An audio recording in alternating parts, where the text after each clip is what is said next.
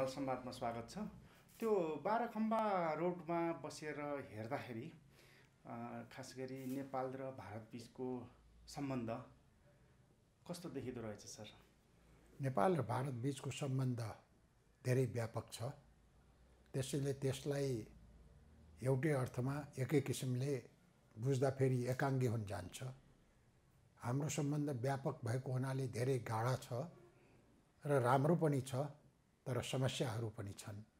ती समस्याहरूले राम्रो पक्षलाई ओझेल नपारोस् भनेर होसियार हुनुपर्ने आवश्यकता छ भने समस्यालाई समयमै समाधान गर्नतिर अगाडि बढ्दाखेरि सम्बन्धलाई अझ राम्रो पार्न सकिने सम्भावनाहरू रहेका छन्। नेपालप्रति भारतीयहरूको, भारतीय जनताको सद्भाव छ, तर दुई देशका बीचका सम्बन्धमा आधुनिक मान्यता अनुसार विकास गर्नलाई, यी सम्बन्धलाई विकास गर्नलाई केही चाहिने बाधाहरू पनि उत्पन्न हुन्छन्। ती बाधाहरूलाई पनि सम्बोधन गर्नुपर्ने हुन जान्छ। हामीले हिजोको मनस्थितिबाट आजको सम्बन्धलाई विकास गर्न सक्दैनौँ। त्यसैले आजको मनस्थितिमा आउनुपर्ने हुन्छ। खास गरेर देशको नेतृत्व गर्ने शक्तिहरू, सरकारहरू, नेताहरूले आधुनिक मान्यतालाई अँगाल्दै हिजोका परम्परागत सम्बन्धको जगमा हाम्रा सम्भावनाहरूलाई उपयोग गर्नुपर्ने हुन्छ। प्रशस्त सम्भावनाहरू छन्, तर ती उपयोग भएका छैनन्। ओके सर, यो नेपाल र भारतको सम्बन्धको विषयमा अध्ययन गर्न बनेको प्रबुद्ध व्यक्ति समूहको सदस्य हुनुहुन्थ्यो, महत्त्वपूर्ण सदस्य हुनुहुन्थ्यो। सरहरूले प्रतिवेदन तयार बनाएर नि बुझाइसक्नु भएको छ, तर भारतले चाहिँ त्यो प्रतिवेदन बुझ्न मानेको छैन भन्ने सुनिन्छ, भनिएको छ। यसको लागि चाहिँ के गर्नु पर्ला सरको? यसमा सोलुसन चाहिँ के सोच्नु भएको छ सरले? पहिलो कुरा त के बुझ्नु पर्यो भने एपीजीको प्रतिवेदन एकमतले तयार भएको हो, सर्वसम्मतिले तयार भएको हो, जसमा एमिनेन्ट पर्सन्स, प्रबुद्ध व्यक्तिहरू नेपालको तर्फबाट 4 जना, भारतको तर्फबाट 4 जना थिए। त्यसैले भारतका प्रबुद्ध व्यक्तिहरू समेत सहमत भएर नेपालका प्रबुद्ध व्यक्तिहरूको समेत सहमतिबाट दुवैको साझा यो दस्तावेज हो। र यो दस्तावेजलाई भारतले औपचारिक रूपमा बुझ्न माने पनि नमाने पनि त्यो दस्तावेज त आइसकेको छ र साझा रूपमा दुवै देशका प्रबुद्ध व्यक्तिहरूले के भन्छन् भन्ने कुरा भारत सरकारले पनि बुझेको छ। त्यसकारण यो प्रतिवेदनको निकै ठुलो महत्त्व रहेको छ। यसले हाम्रो सम्बन्धलाई, हिजोको जगलाई बलियो पार्दै आधुनिक आवश्यकता अनुसार आधुनिक दुईटा सार्वभौमसत्ता सम्पन्न देशका बीचमा आधुनिक मान्यता अनुसार जस्तो सम्बन्ध हुनुपर्ने त्यो सम्बन्ध विकास गर्नलाई यसले मद्दत पुर्याउँछ। त्यसैले भारतले औपचारिक रूपमा अझै नबुझे तापनि यो प्रतिवेदन छ, आइसकेको छ भन्ने कुरा भारत सरकारलाई राम्ररी थाहा छ र यो प्रतिवेदन बुझ्नुपर्छ भन्ने कुरा पनि भारत सरकारले बुझेको छ। तर यो अथवा त्यो कारणले ढिलाइ गरेको देखिन्छ र किन ढिलाइ गरिएको छ बुझ्न सकिँदैन। जति ढिलाइ हुन्छ त्यति हाम्रो सम्बन्धलाई छिटो छरितो रूपमा आधुनिक दिशातर्फ लैजान र आधुनिक जगमा अझ बलियो पार्न ढिला हुन जान्छ। तसर्थ यो प्रतिवेदनको आफ्नै महत्त्व छ। यसमा नेपालको तर्फबाट गर्नुपर्ने पहल, अब दबाब त नभनौँ, दुई देशको सम्बन्धको बिचमा त्यो पहलमा अलिकति अपर्याप्तता यस्तो त होइन होला? नेपालले निरन्तर सम्झाएको छ, निरन्तर भनेको छ। म स्वयंले पनि त्यहाँ बस्दासम्म कुनै यस्तो बैठक भएन, कुनै यस्तो भेटघाट खाली गएन जसमा एपीजीको चर्चा नगरिएको होस्। र भारत एउटा चरणमा बुझ्न तयार भएकै पनि थियो। तत्कालीन परराष्ट्र मन्त्रीले बुझ्ने भन्नुभएको थियो, एक समय मैसँगको भेटमा प्रधानमन्त्री मोदीजीले समेत लौ यसलाई अगाडि बढाउने, अब यसै राख्नु भएन भन्नुभएकै थियो। तर फेरि पछि बुझ्ने प्रक्रिया चाहिने अगाडि बढेन। त्यो भनेको हाम्रोतिरबाट गर्दा फेरि रोक्यो कि उताको उहाँहरूकैबाट के होइन, बुझ्ने त उहाँहरूले हो। किनभने पहिले चाहिने भारतको प्रधानमन्त्रीलाई बुझाउने, त्यसपछि चाहिने नेपालको प्रधानमन्त्रीलाई बुझाउने र यहीँ चाहिने प्रेस सम्मेलन गरेर अनि चाहिने बुझाएको कुरालाई सार्वजनिक गर्ने भन्ने समझदारी भएको हो। त्यसकारण बुझ्ने त पहिले चाहिने भारतको प्रधानमन्त्रीले बुझ्ने हो, भारत सरकारले बुझ्ने हो। यदि प्रधानमन्त्रीलाई फुर्सद छैन भने उहाँले अरूलाई चाहिने पनि भन्न सक्नुहुन्छ। त्यसैले चिज त भारत सरकारबाट अड्केको हो। आफैले बनाएको प्रबुद्ध समूहको प्रतिवेदन बुझ्नसम्म नमान्ने भन्दा फेरि त अलिकति सामान्य समाजमा नआउने कुरा हो नि त। बुझ्न त मान्नुपर्ने हो। फेरि पटक पटक सम्झाएको छ, पटक पटक भनिएको छ, पटक पटक आग्रह गरिएको छ। उहाँहरूले पनि बुझ्दिन भन्नुभएको छैन, अनि तर बुझिराख्नु भएको छैन। र यसलाई कार्यान्वयन गर्ने नगर्ने हामी आशा गर्छौँ यसलाई कार्यान्वयन गर्नुहोला, यसका सबै सुझावहरूलाई। तर त्यो त सरकारको काम हो। यसलाई बुझिसकेपछि अध्ययन गरेर कति कसरी कहाँ कार्यान्वयन गर्ने, कति कार्यान्वयन अहिले गर्ने, कति पछि गर्ने, कति चाहिने अझ अध्ययन गर्नुपर्ने छ भने अध्ययन गर्ने। तर विषय त त्यहाँ खोलिएका छन्, ती विषयहरूमा त प्रवेश गर्नु पर्यो। हिजैकै सन्धि 1950 ईस्वी सनको सन्धि लिएर त आधुनिक सम्बन्ध विकास हुँदैनन् नि। अहिलेको समय अनुसारको चाहिँ त हाम्रा सन्धि सम्झौता हुनु पर्यो। ओके, मोदीले सर राजदूत भएर गइसक्नु भएपछि भन्नुभएको होला त्यो बेलामा हजुरलाई अब हामी बुझ्छौँ भनेर। उहाँले त्यो एकपटक को भेटमा त्यो भन्नुभएको थियो। ठिक छ, इन्डियामै हजुर, इन्डियामै एकपटकको भेटमा भन्नुभएको थियो। सुषमा स्वराजसँग मेरो भेट हुँदाखेरि चुनावभन्दा पहिले उहाँहरू, अनि भेट हुँदाखेरि दोस्रो पटकको चुनावभन्दा पहिले भन्नुहोस् न, 2019को चुनावभन्दा पहिले भन्नुहोस् न, हुँदाखेरि ठिक छ। अब चाहिँ हामी बुझ्छौँ, एउटा चाहिँ अलिकति हामीलाई शङ्का थियो, त्यो निवारण भयो। अनि अब चाहिँ चुनाव हुन्छ, यो अगाडि बढ्छ हाम्रा सम्बन्धहरू भन्नुभएको थियो। तर चुनाव पश्चात जस्तो आशा गरिएको थियो त्यो अनुसार भएन। अनि मोदीजीसँगको जस बेला पेट्रोलियम पाइपलाइनको उद्घाटन भयो त्यही बेलाको भेटघाटमा हुन्छ यो अगाडि बढाउँ भनेर त्यही बेला उहाँले भन्नुभएको थियो। त्यही बेला भेटघाट हुँदाखेरि भन्नुभएको थियो। यी चाहिँ भएका थिए कुराहरू। तर चाहिँ यो अथवा त्यो के कारणले हो फेरि चाहिँ अड्कियो।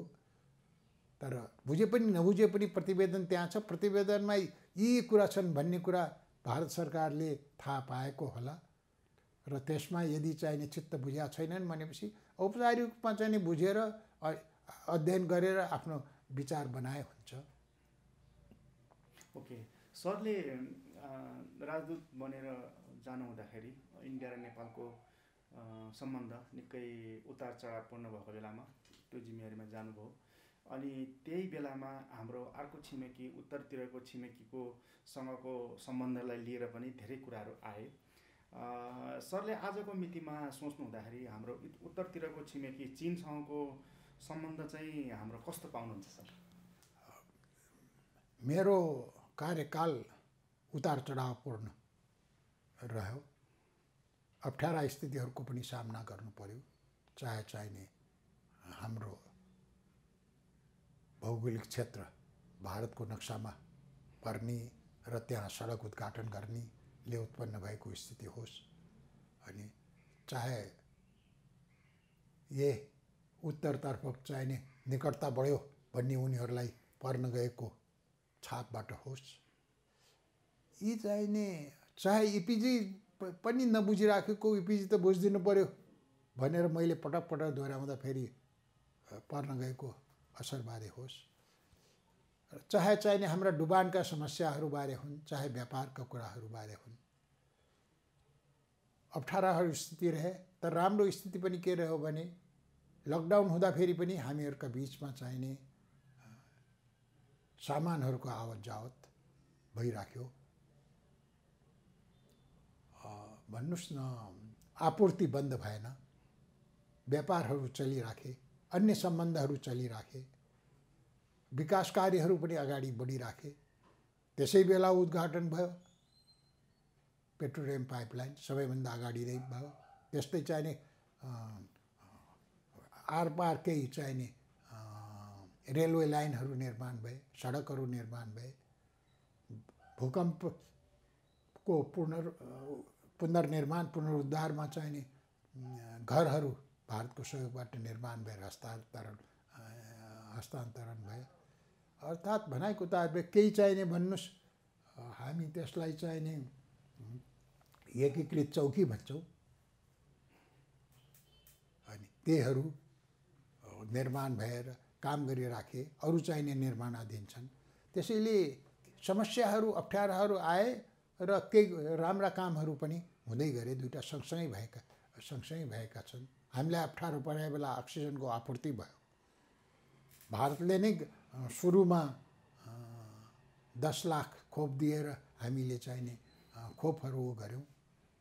पछि अर्को 10 लाख पनि हामीले किनेर पायौँ। अर्को 10 लाख 2 मिलियन किनेकोमा अर्को 1 मिलियन चाहिने समयमा पाएनौँ र हामीलाई अप्ठ्यारो पर्न गयो किनिसकेकोमा पनि।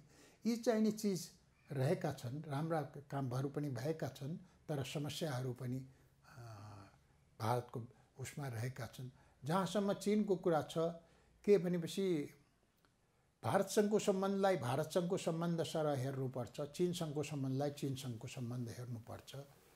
र हामीले कुनै पनि देशसँगको सम्बन्धलाई अर्को देशसँगको सम्बन्धको मूल्यमा चाहिने राख्ने होइन। हामीले भारतसँग मित्रता अगाडि बढाउने नै हाम्रो ध्येय, सिद्धान्त, प्रयास हो। भारतसँग मित्रता र सहयोगमा नै नेपालको विकास हुनसक्छ भन्ने हाम्रो सोचाइ हो। त्यस्तै अन्य मित्र राष्ट्रबाट पनि हामीले सहयोग सम्बन्धहरू अगाडि बढाउँछौँ।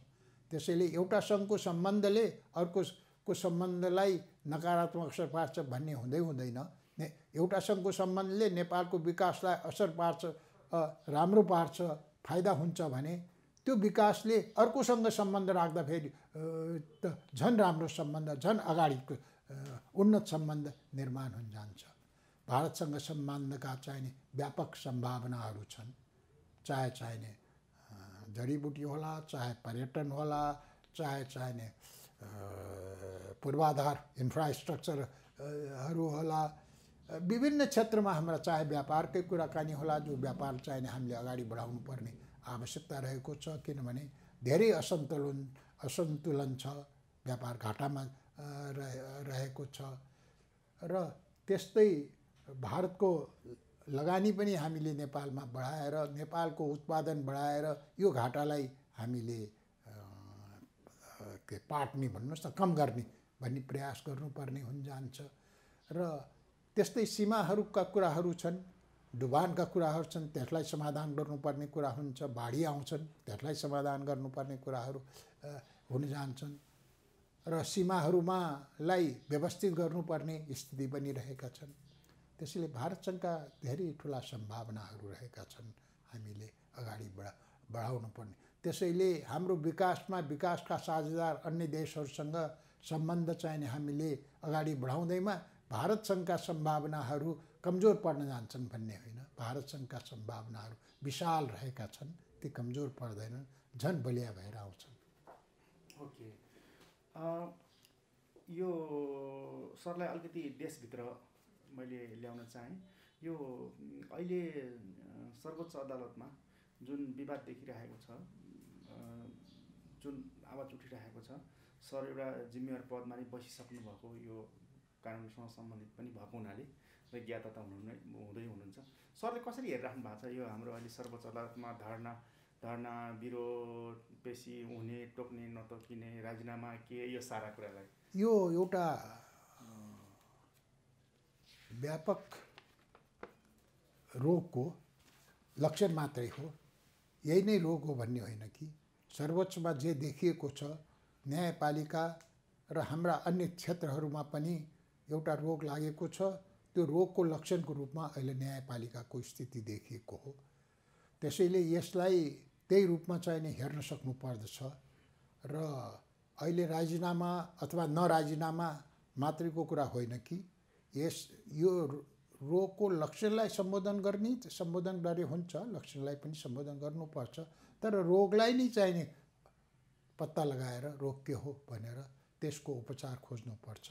जहाँसम्म चाहिने न्यायालयले न्यायपालिकाले काम गर्नुपर्दछ।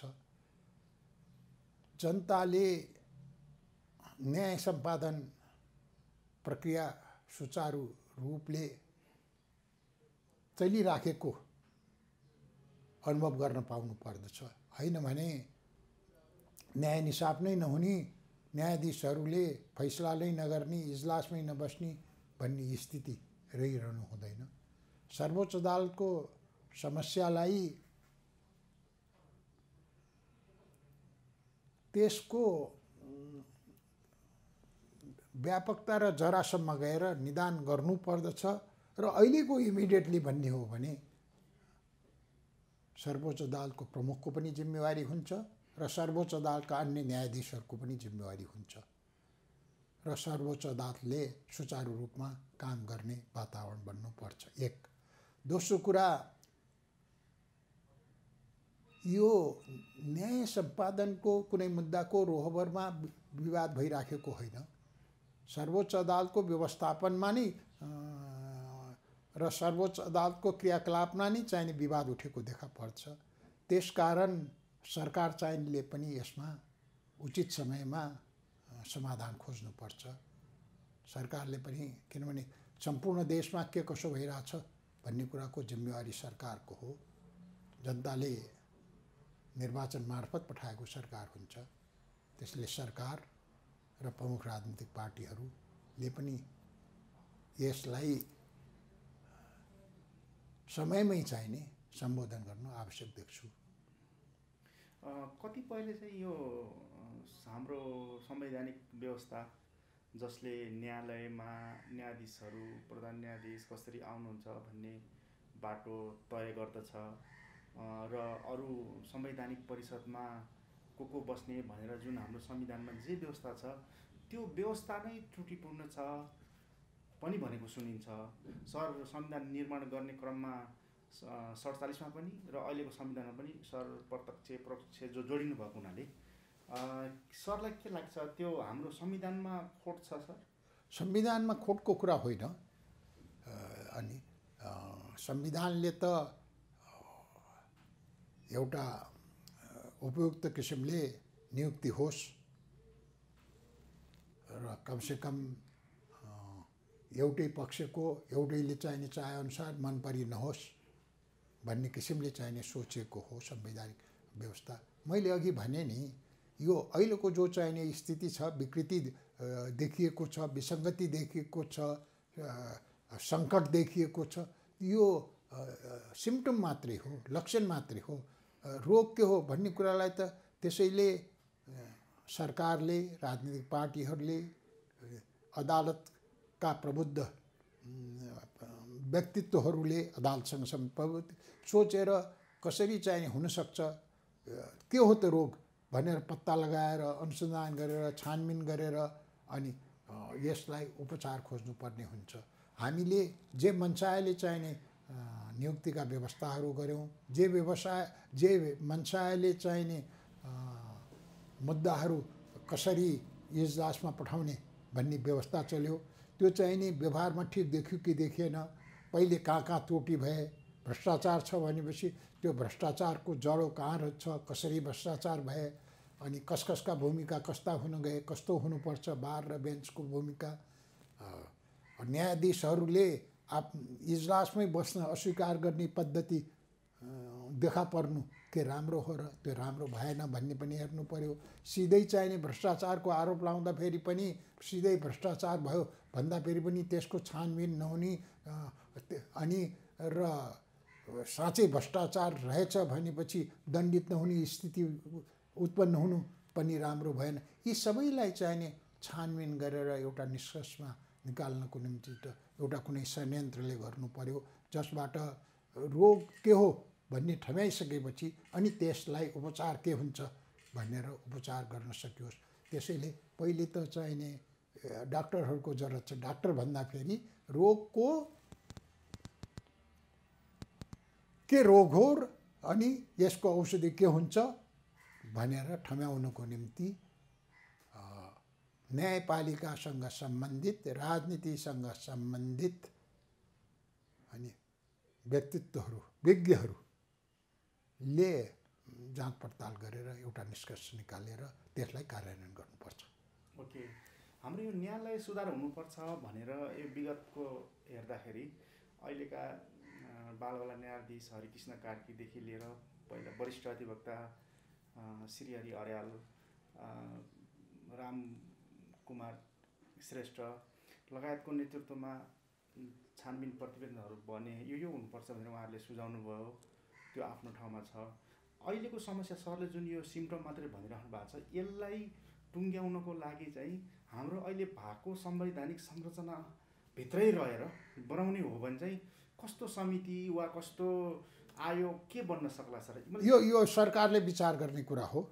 सरकारले विचार गर्ने, अहिले विवादमा रहेका पक्षहरूसँग परामर्शमा रहेर अनि विचार गरेर उपाय निकाल्ने भन्ने हो।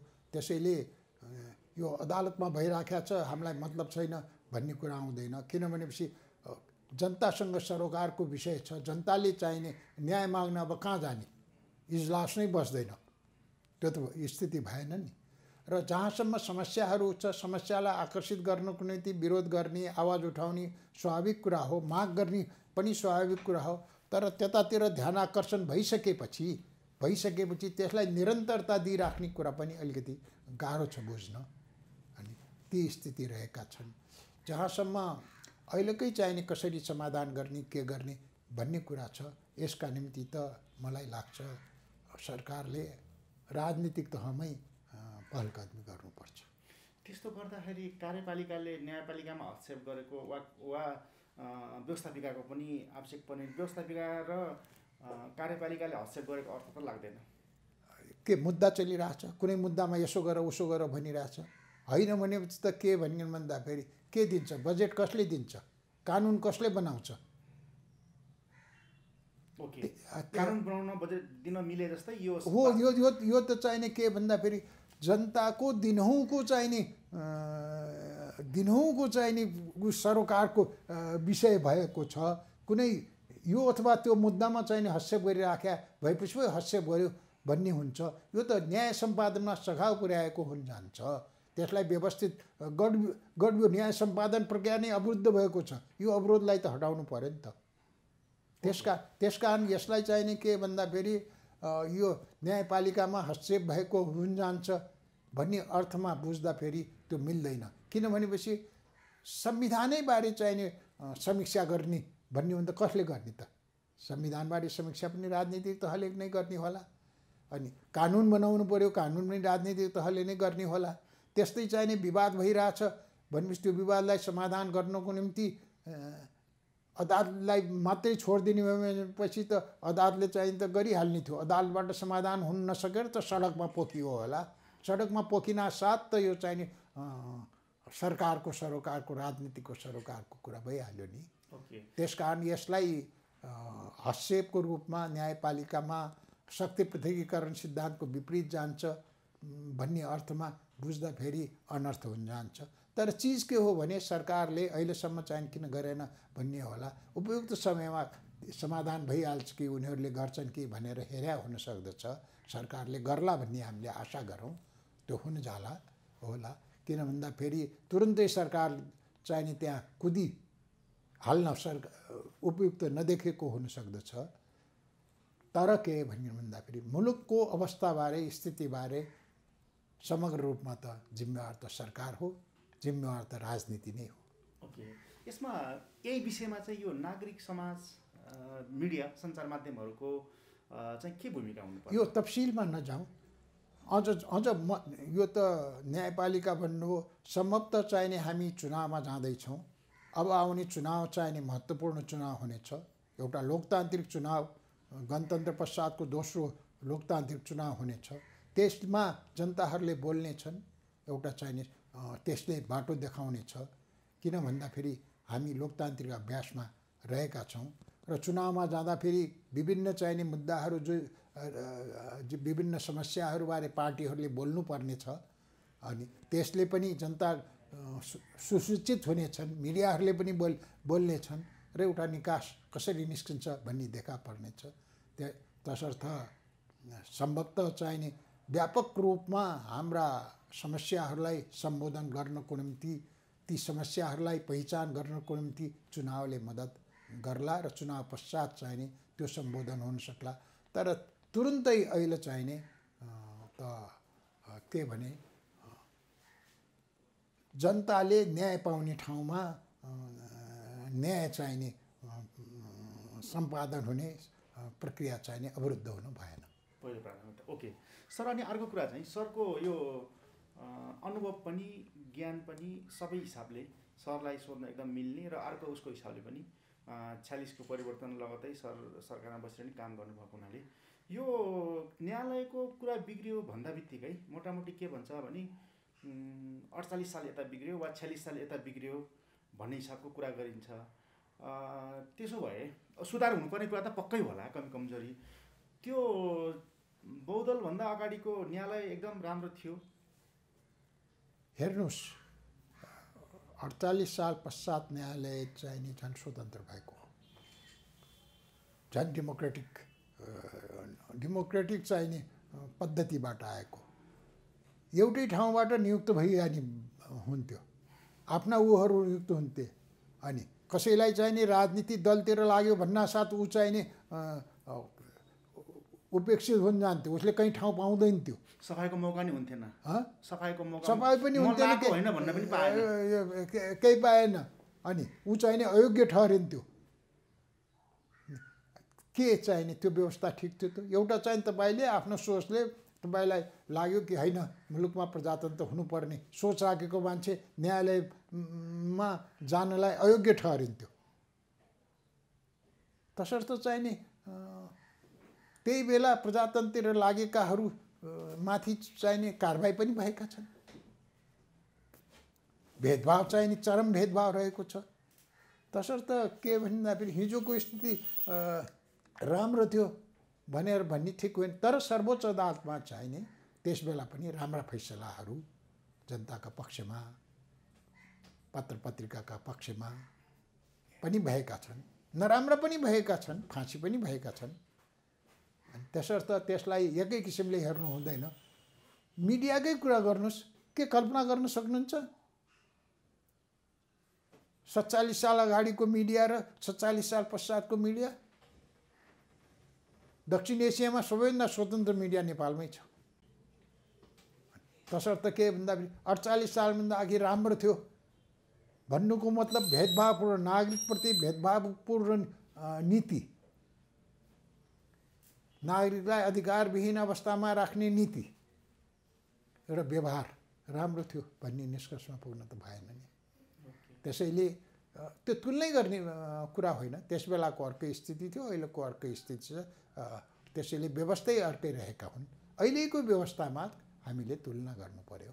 ओके सर, अनि यो त न्यायालयको कुरा भयो। न्यायालयभन्दा बाहेक अरू कुराहरू पनि यसो कुरा गर्दाखेरि हामीले बाहिर साथीभाइसँग छलफल गर्दा अरूको कुरा सुन्दाखेरि पनि के सुनिन्छ भने अहिलेभन्दा त पहिला नै राम्रो थियो व्यवस्थाको कुरा, अरू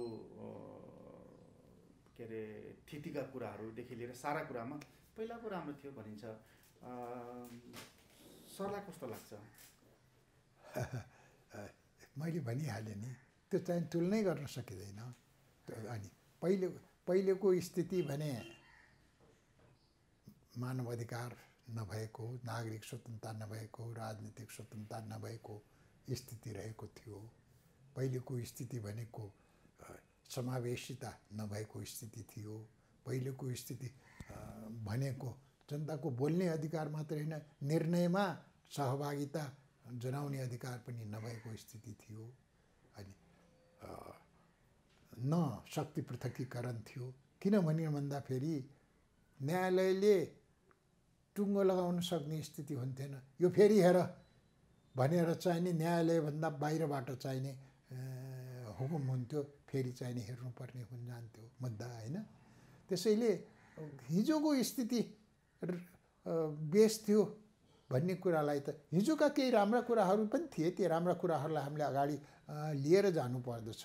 तर के भने भन्दाखेरि हिजोको स्थिति लोकतान्त्रिक थियो, हिजोको स्थिति बढी न्यायपूर्ण थियो, हिजोको स्थितिमा जनता बढी सुखी थिए, हिजोको स्थितिमा जनताले बढी अधिकार पाएका थिए भन्ने कुरा त गलत हो नि। किन भन्दाखेरि जनताले न सरकार बदल्न सक्थ्यो न बनाउन सक्थ्यो। जनता त प्रजा थियो, नागरिक थिएन, प्रजा थियो। त्यसैले त्यो स्थितिलाई बुझ्नु पर्यो। तर यति भन्दै पनि सम्पूर्ण हिजो नराम्रो थियो, कुनै विकासै भएन, अनि जताततै दमन थियो भन्ने चाहिने भन्दाखेरि पनि त्यो गलत हुन जान्छ। त्यसैले हामीले स्थितिलाई राम्रो कुरा जे छ त्यसलाई राम्रो भन्नु पर्यो। जे समयअनुसार चलेको थिएन अनि त्यस बेलाको स्थिति समयको माग अनुसार चाहिने चल्नुपर्ने थियो। समयको माग अनुसार नचलेको हुनाले हामीले समयको माग अनुसार चल भनेर नै प्रजातान्त्रिक व्यवस्थाको निम्ति आवाज उठाउनु परेको हो र 47 सालको परिवर्तन आएको हो। संवैधानिक राजतन्त्र आयो, राजा संविधान अन्तर्गत जनताको मातहतमा बस्ने व्यवस्था आयो। तर राजा जनताको मातहतमा बस्न अस्वीकार गरिसकेपछि गणतन्त्रमा जान बाध्य हुनु पर्यो। कुरा त यसो न हो। जनता सर्वोपरि हुन् भन्ने कुरालाई मान्नु पर्यो र जनताले चुनेका प्रतिनिधिहरूको अधिकारलाई स्वीकार गर्नु पर्यो। ओके, मैले अघि अलिकति संविधानसँग जोडेर पनि भनेको थिएँ, अलिक मुद्दामै हेर्दाखेरि चाहिँ गणतन्त्र, सङ्घीयता, धर्मनिरपेक्षता जस्ता विषय आजको अव्यवस्था, अकर्मण्यता जति छ, सबै नराम्रो तर जति विकृतिहरू छन्, त्यसको कारक यो प्रमुख यो मुद्दाहरू, यो कुरालाई मान्न सकिन्छ सर? आजको व्यक्तिको कारणहरू संविधानमा छैन। आजको विकृतिको कारणहरू संविधानको कार्यान्वयन हुन नसक्नुमा, उचित रूपले कार्यान्वयन हुन नसक्नुमा छ। आजको विकृतिको कारण चाहिँ गणतन्त्रमा छैन। गणतन्त्रलाई राम्रोसँग अभ्यासमा ल्याउन नसक्नुमा छ। आजको विकृतिको कारण चाहिँ समावेशितामा छैन। समावेशितालाई राम्रोसँग अभ्यासमा नल्याउनुमा छ। आजको विकृतिको कारण लोकतन्त्रमा छैन। लोकतन्त्रलाई राम्रोसँग परिचालन गर्न र सञ्चालन गर्न नसक्नुमा छ। आजको विकृतिको कारण पार्टी, बहुदलीय पार्टी व्यवस्थामा छैन। आजको विकृतिको कारण पार्टीहरूसँग नहुनु, राजनीतिक पार्टीहरूसित नहुनु र विभिन्न गुटहरूको मोर्चासरह हुनुमा रहेको छ। त्यसैले आजको विकृतिको कारण संविधानलाई पनि समीक्षा गर्नुपर्छ, त्यो बेग्लै कुरा हो। तर सङ्घीय लोकतान्त्रिक गणतन्त्र होइन कि सङ्घीय लोकतान्त्रिक गणतन्त्रलाई राम्रोसित अभ्यासमा ल्याउन नसक्नुमा रहेको छ। तर कतिपयले चाहिँ अब राजतन्त्र फर्काउनुपर्छ वा फर्किन्छ एउटा विषय, अर्को चाहिँ धर्मनिरपेक्षता हुँदैन, संविधानमा राखिहाले पनि अब संशोधन गरेर हामी पुनः हिन्दू राज्यमा फर्किनुपर्छ भन्ने पनि सुनिन्छ। यो दुईवटा मुद्दाको विषयमा सरको विश्लेषण के छ? हेर्नुहोस्, हामी एउटा बाटोमा अगाडि बढिसकेका छौँ। त्यही बाटोमा मुलुक अगाडि बढ्छ नै।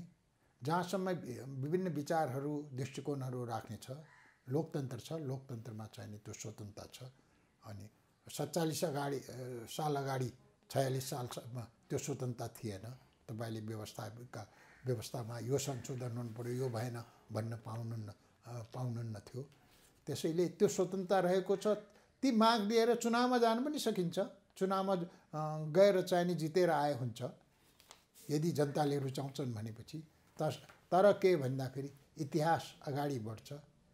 हामी राणा शासन गयो, फर्किँदैन। पञ्चायती निर्दलीय पञ्चायती व्यवस्था थियो, गयो, फर्कदैन। राजतन्त्र गयो, फर्कदैन। ओके सर, अब अन्तिममा अब यो सरले अलिकति त्यो राजनीतिक निकासको पनि प्रसङ्ग अलिकति निकाल्नु भएको थियो र मैले सोध्न पनि अन्तिममा सरलाई त्यही नै सोध्छु भनेको थिएँ। हाम्रो अब स्थानीय चुनावको समय पदाधिकारीहरूको जेठतिर सकिँदैछ के अरे आगामी जेठतिर भनेपछि चैततिर मोटामोटी निर्वाचन गर्नु पर्यो। निर्वाचन आयोगले पनि चैत 5 सम्म यता गर्न पाए हुन्थ्यो भन्ने सुझाव दियो भन्ने चाहिँ सुनिएको छ। र अर्को प्रदेश र सङ्घीय संसदको चुनावको पनि कुरा आइरहेको छ। अनि दलहरूको पनि आफ्नै 5 दलीय गठबन्धन, विपक्षी दल यता आफ्नो हिसाबमा छन्, आफ्नो मुद्दा लिएर अगाडि बढिरहेका छन्। यो राजनीतिक निकासको समाधान चाहिँ चुनाव हो सर वा के छ हजुरको सुझाव? अहिले नेपालमा चिज चाहिँ राम्रो दिशामा गएको एउटा पक्ष छ। के पक्ष छ भने अहिले प्रष्ट रूपमा लोकतन्त्रमा सत्ता पक्ष र विपक्ष भन्ने जो हुन्छ दुईटा ध्रुव प्रष्ट रूपमा देखिएका छन्। एउटाको नेतृत्वमा काङ्ग्रेस छ, अर्कोको नेतृत्वमा एमाले छ। पहिले के हुन्थ्यो भने तपाईले 7 सालदेखि केही अघिसम्मलाई हेर्नु हो भने त्रिकोणात्मक हुन्थ्यो। दरबार, काङ्ग्रेस, कम्युनिस्ट कहिले हुन्थ्यो भने कहिले चाहिँ माओवादी, त्यसपछि वामपन्थी, अन्य वामपन्थी, काङ्ग्रेस यसरी पनि गयो अघि। तर अब चाहिने लोकतन्त्रमा सत्ता पक्ष र विपक्षी भन्ने रहेको छ र मूल रूपमा दुईटा पार्टीहरू रहेका छन्। दुईटा पार्टीहरूले कसरी अगाडि लैजान्छन्, कसरी प्रतिस्पर्धा गर्छन्, कति स्वस्थ प्रतिस्पर्धा हुन्छ र कति चाहिने मुलुकका राजनीतिभन्दा माथि उठेका विषयहरूमा सहकार्य हुन्छ, समझदारी हुन्छ, त्यसले मुलुकको भविष्य, मुलुकको बाटोलाई निर्धारित गर्नेछ। अन्य पार्टीहरू पनि हुन्छन्, अन्य पार्टीहरूलाई कसरी यी दुईटा पार्टीहरूले सम्हालेर लैजान्छन् भन्ने कुरा गर्छ। त्यसैले आगामी निर्वाचन अत्यन्त महत्त्वपूर्ण छ, चाहे स्थानीय निर्वाचन होस्, किनभने दलगत नै हुनेछन् निर्वाचनहरू, दलकै आधारमा हुनेछन् र यी दुईटा पार्टीहरूका बीचमा लोकतन्त्रलाई जोगाउने, गणतन्त्रलाई बलियो पार्ने, लोकतन्त्रलाई चाहिने परिणाममुखी बनाउने जिम्मेवारी रहेको छ। एउटा सत्तापक्षमा होला, अर्को विपक्षमा होला। अन्य पार्टीहरूलाई पनि साथमा लिने, मुलुकका विभिन्न समुदायहरू छन् तिनीहरूको हितलाई पनि सम्बोधन गर्ने र आफ्नो राष्ट्रहित अनुसार अहिलेको मूल्य मान्यता अनुसार वैदेशिक सम्बन्धलाई मुलुकको विकासका निम्ति, राष्ट्रको प्रतिष्ठा अगाडि बढाउनको निम्ति सञ्चालन गर्ने भन्ने सबै कुरामा राम्रो पक्ष के रहेको छ भने त्रिकोणात्मकको ठाउँमा अहिले चाहिँ प्रमुख रूपमा दुईटा शक्तिहरू रहेका छन्।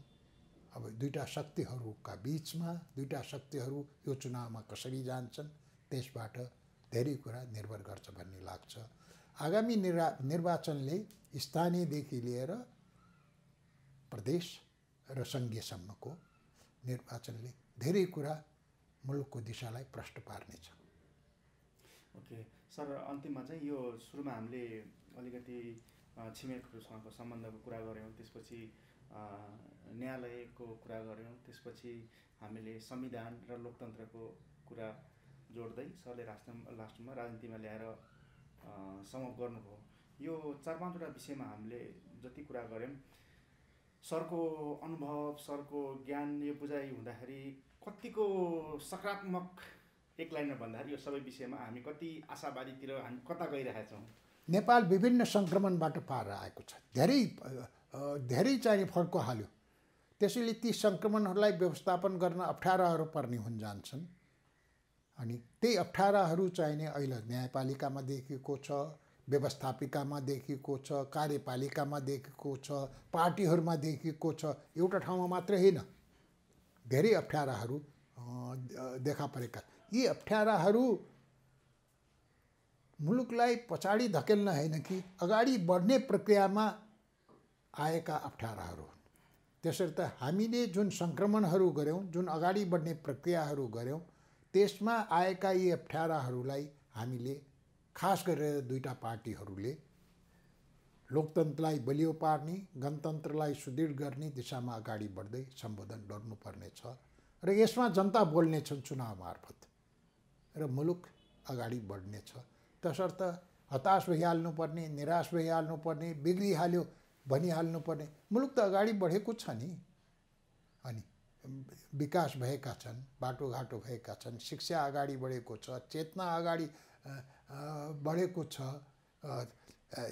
मिडिया चाहिने बलियो भएको छ, बौद्धिक स्तर अगाडि बढेको छ, मानिसहरूले आवाज उठाउन थालेका छन्।